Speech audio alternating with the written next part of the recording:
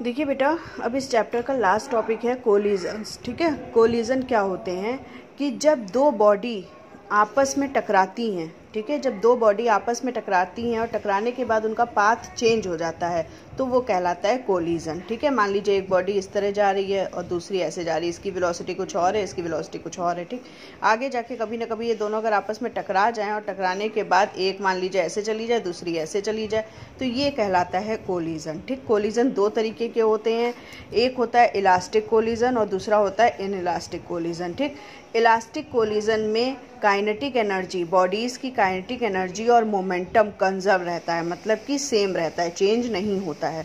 ठीक है, elastic collision में बॉडीज़ का मोमेंटम और काइनेटिक एनर्जी कंजर्व रहता है, मतलब चेंज नहीं होता है।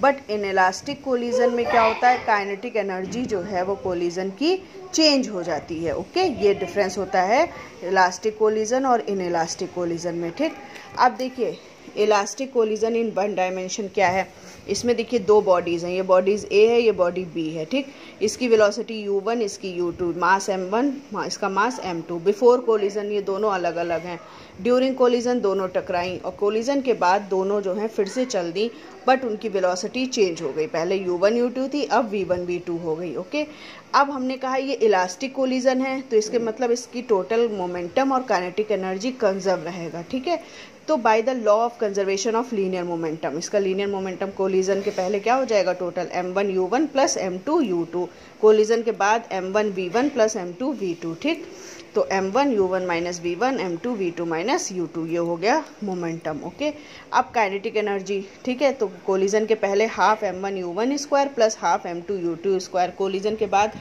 Half m1 v1 square plus half m2 v2 square. उसके बाद इसको इस तरह सॉल्व किया, m1 वाले एक तरफ ले आए, m2 वाले एक तरफ, तो ये हमारा आ जाएगा u1 minus u2 equal to v2 minus v1 solve करने पे। ठीक, इसका क्या मतलब हुआ, in an elastic one dimensional collision the relative velocity of approach before collision is equal to the relative velocity of separation after collision, मतलब कि collision के पहले की रिलेटिव वेलोसिटी इक्वल होती है कोलिजन के बाद की रिलेटिव वेलोसिटी के। ओके, मतलब कोलिजन के पहले दोनों वेलोसिटी का डिफरेंस, दोनों बॉडीज़ की वेलोसिटीज़ का डिफरेंस कोलिजन के बाद दोनों बॉडीज़ की वेलोसिटीज़ के डिफरेंस के इक्वल होता है। ओके, अब यहाँ से इस इक्वेशन से देखिए v2 की वैल्यू हमने निकाल ली। ठीक, और v2 की वैल्यू उठा करके हमने इक्वेशन 1 में पुट कर दी। जब हम v2 की वैल्यू इक्वेशन 1 में पुट करेंगे तो उसको सॉल्व करेंगे तो ये हमारी v1 की वैल्यू आ जाएगी। ओके, अब v1 की वैल्यू आ गई, उसके बाद हमने क्या किया, putting v1 equal to v2 plus u2। इसी तरह इस इक्वेशन से, यही जो इक्वेशन हमारी आई थी, इससे हमने v2 की वैल्यू पुट की थी, अब हम v1 की वैल्यू इस इक्वेशन में पुट करेंगे तो हमारी v2 की वैल्यू आ जाएगी। ओके, ये दोनों वैल्यूज़ आ जाएंगी।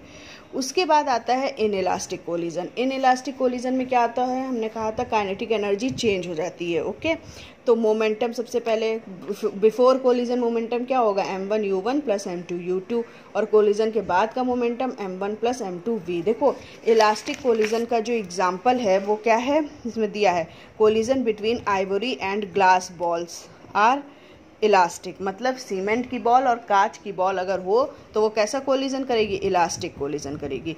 और अगर तुम्हारी जो है इसमें देखिए लिखा हुआ है collision between gross bodies are always inelastic. Gross मतलब थोड़ी सी लचीला पदार्थ जो होता है ना, थोड़ा सा प्रेशर दबने वाला जो होता है, तो वो बॉल्स अगर होंगी तो वो कैसा होगा, इन इलास्टिक कोलिजन होगा। मतलब कि दोनों आपस में टकराएंगी तो वो कंबाइंड होने का डर रहता है, आपस में चिपकने का। ठीक, तो कोलिजन के पहले ये मोमेंटम है और कोलिजन के बाद ये, क्योंकि दोनों बॉल आपस में एक साथ चलने लगती हैं। मान लीजिए दो बॉल आप अलग अलग चल रही हैं, दोनों कोलाइड हुई, कोलाइड होने के बाद दोनों एक ऐसे ही चिपकी रहेंगी और चिपके चिपके ही चलेंगी, ये होता है इन इलास्टिक कोलिजन। ठीक, तो दोनों जब चिपकी रहेंगी तो total mass m1 plus m2, और एक ही साथ चलेंगी तो वेलोसिटी क्या हो जाएगी, v, तो m1 प्लस m2 v हो जाएगी। ओके, m1 u1 ये आ जाएगा।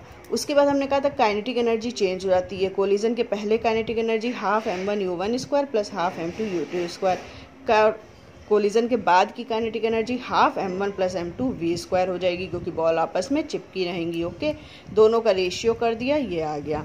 फिर उसके बाद जब हमारा इस तरह से आएगा, उसके बाद देखिए in this condition u2 equal to 0। ठीक, substituting the value of v from equation 1। अगर इस कंडीशन में हम U2 क्या ले लें, 0, मतलब कि एक बॉल, पहली बॉल तो मूव कर रही है बट दूसरी केवल रखी हुई है, तो इस कंडीशन में U2 क्या हो जाएगा, 0। जब U2 0 हम पुट करेंगे तो K2/K1 M1/M1 + M2 आ जाएगा। We see that K2 is less than K1। K2 जो है वो K1 से छोटा होगा। भाई K2 बराबर क्या आ जाएगा, K2 बराबर आ जाएगा M1/M1 + M2 इंटू K1।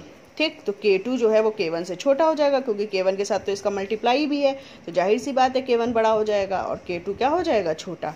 तो K2 is less than K1, दस the inelastic collision result in a loss of kinetic energy, मतलब इसका रिजल्ट क्या है, काइनेटिक एनर्जी में लॉस हो रहा है। ठीक, it is not necessary that in an elastic collision there is always a loss of kinetic energy. If in collision the be potential energy of a body is released. खैर ये सब आपको पढ़ने की जरूरत नहीं, आप ये ध्यान रखिए कि इन इलास्टिक कोलिजन में क्या होता है, काइनेटिक एनर्जी का लॉस होता है। ओके, और ये कोई ज़रूरी नहीं होता है, बट उसकी कंडीशन अलग होती है।